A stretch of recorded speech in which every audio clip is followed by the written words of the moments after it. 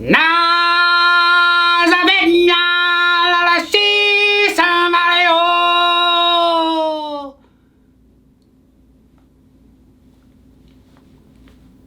in Africa. Why are you gonna embarrass me like that?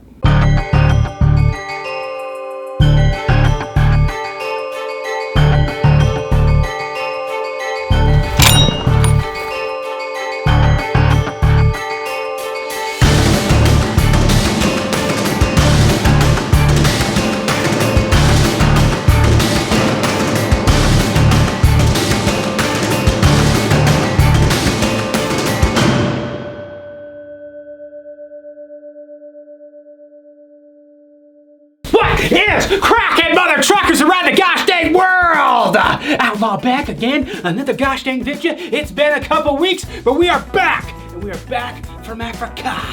Welcome to Outlaw Outdoors, the greatest hunting show on the internet. Why haven't I been uploading the past couple weeks? 1, this website hates me.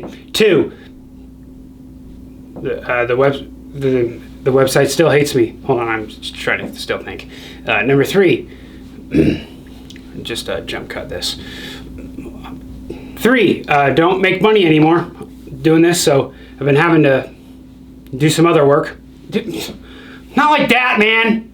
Only a couple times. But anyways, man, I was like, I need a freaking break, dude. This website's been freaking bringing me down emotionally. So I was like, you know what, dude? I'm going to freaking Africa and I'm doing what I love most, and that's freaking hunting. So we went to Africa. First time ever in Africa. Now, a lot of people, they have this inclination about Africa. They're like, oh, you're gonna go hunt giraffes and rhinos and freaking elephants and endangered species. First of all, no, elephants and giraffes are not endangered in where we were. They're actually thriving because of hunters like myself, but we can get into the conservation talk later. But no, we were not hunting those. We were hunting plains game. Plains game like impala, oryx, waterbuck, eland, kudu, hartebeest, warthog. Most of these are related to the same animals that we have here in North America, the antelope. So I've always wanted to go to Africa, bring my bow, and do a little freaking hunting, and we had that opportunity. We went to Namibia. You know, and I'm like, okay, dude, going to Africa, I'm going to a place called Namibia. You know, I'm going to the land of the Lion King. Thought I was gonna get bit by a mosquito, get malaria or something. Forgot it was winter over there and mosquitoes aren't very prevalent right now. Still got the shot. Freaking jacked his tits now. Anyways, I know you guys don't want to just see me talk. You want to see the freaking action. Let's get right into it. Outlaw Dip, got my Outlaw Dip. OutlawDip.com. Hey!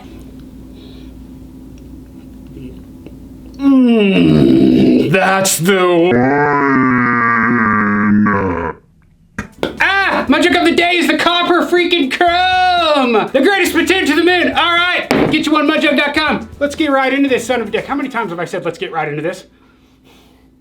Like 5. First off, the freaking flight to Africa sucks dick. It was like 48 hours of nonstop travel, lost like 10 pounds because I was so stressed. I don't recommend it to freaking anyone, so don't go to Africa and hunt animals.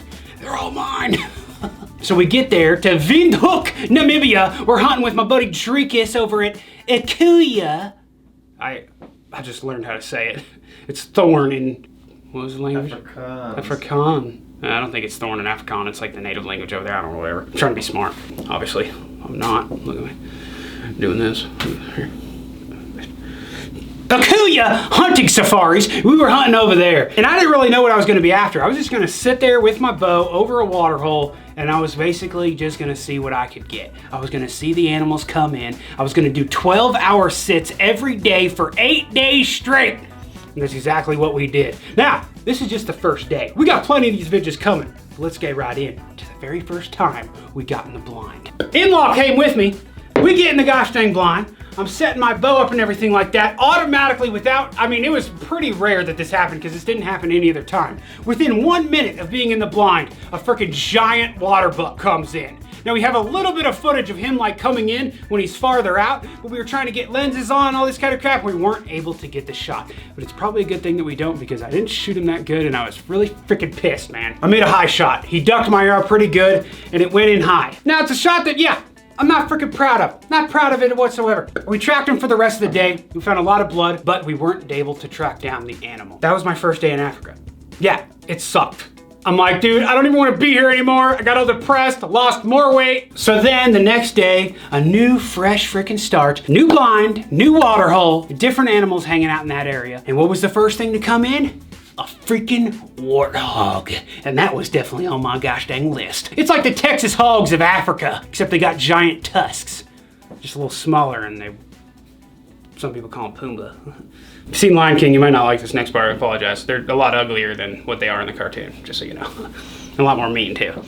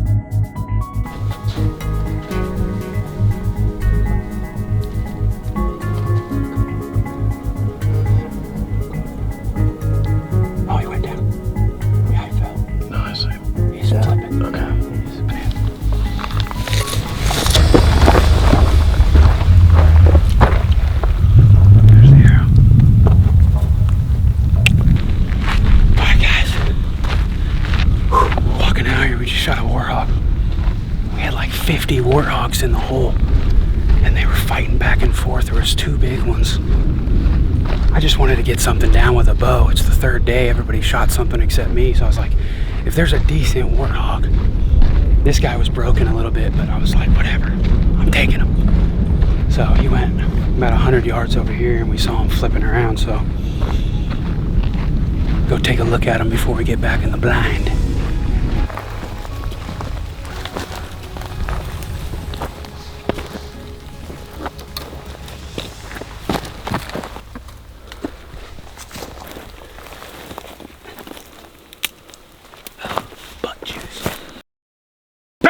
First animal on the gosh dang ground. I was super happy, man. I was like, got the warthog. I've always wanted one of those. You're allowed 2, so I was waiting for another one to come in as well. And he was a pretty good one. He was definitely, we saw a lot of smaller ones that day, and I was passing them up. And I was like, I really want a good, mature one. This dude was broke all over the place. He was a fighter for sure. Now, I've been doing a lot of research leading up to Africa, and I found out what a red hartebeest was. Now, we had a lot of bad experiences with this red hartebeest already in this trip, because every single time they tried to come into the frickin' field, something screwed it up. One time, the day before, the day that we shot the water buck and we didn't find them, 3 big bull hartebeests are coming in. Somebody off in the distance is rifle hunting. Boom, shoots, scares them off. I'm like, son of a dick! And then earlier that day, we had a giant group of hartebeests coming in. And it just so happened that one of the trackers was driving his truck straight into the field because he heard on the radio that he thought that we shot something and that he needed to come and pick it up, when it was somebody else way far away, and screwed up the hartebeest for us once again. So it wasn't very good. But later that day, we were sitting like 6 hours later from that warthog. The hartebeests are finally coming in. It was a long freaking wait. It was a long sit. How long, in-law, did it take them to come in? I mean, it was like a good hour. Yeah. We saw them come in like a quarter mile away, and it took them forever to come into the water hole, but we're like, we're gonna come, they're gonna come, they're gonna come. It's kind of similar to hunting antelope here in the States. They live in these plains, desert areas, and the best way to hunt them with a bow, especially, is waiting for them to come to water. That's exactly what they did, mother trucker. We spotted the only big bull in the whole group. Everything else was female and younger bulls. We obviously wanted to shoot the most mature one in the group, and that's exactly what's gonna happen right here.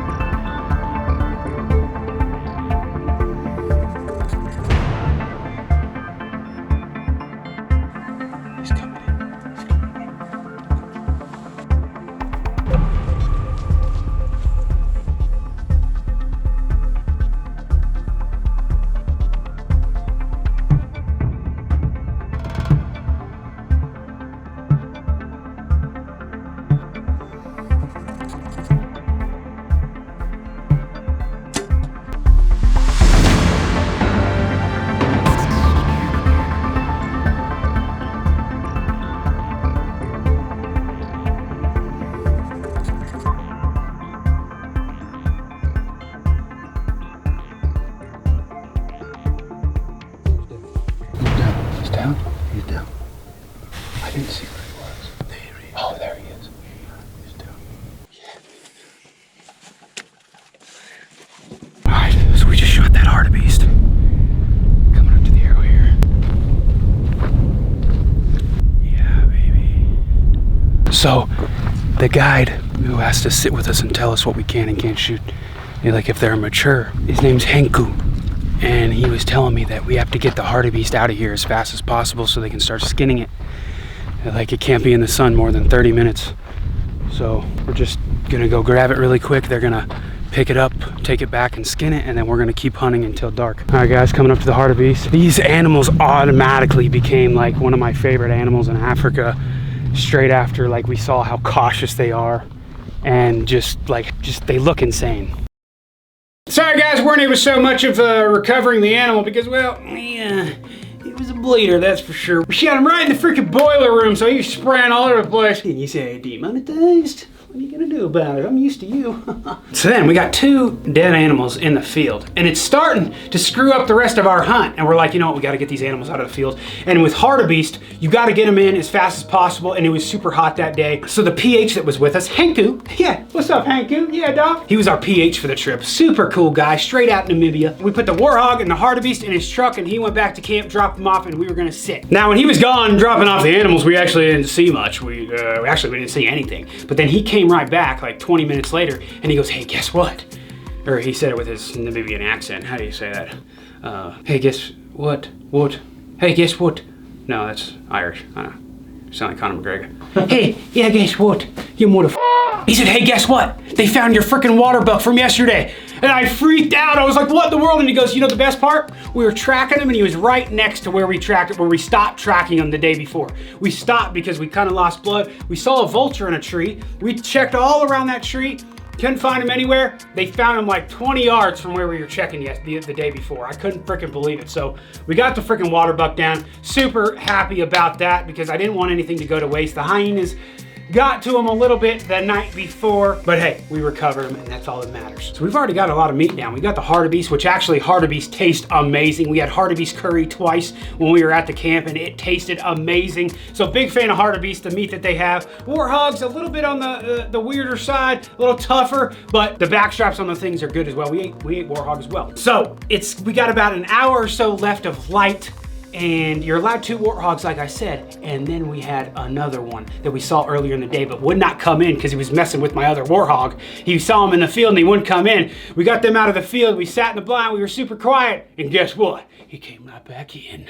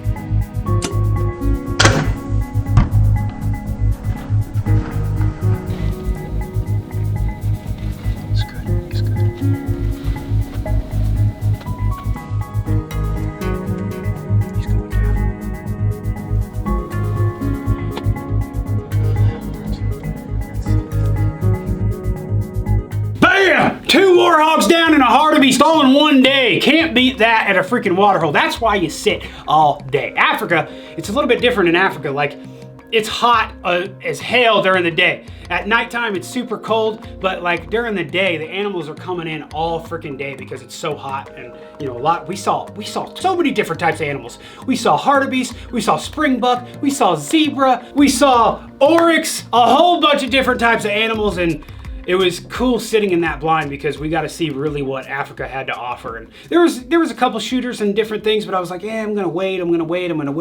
And it was killer.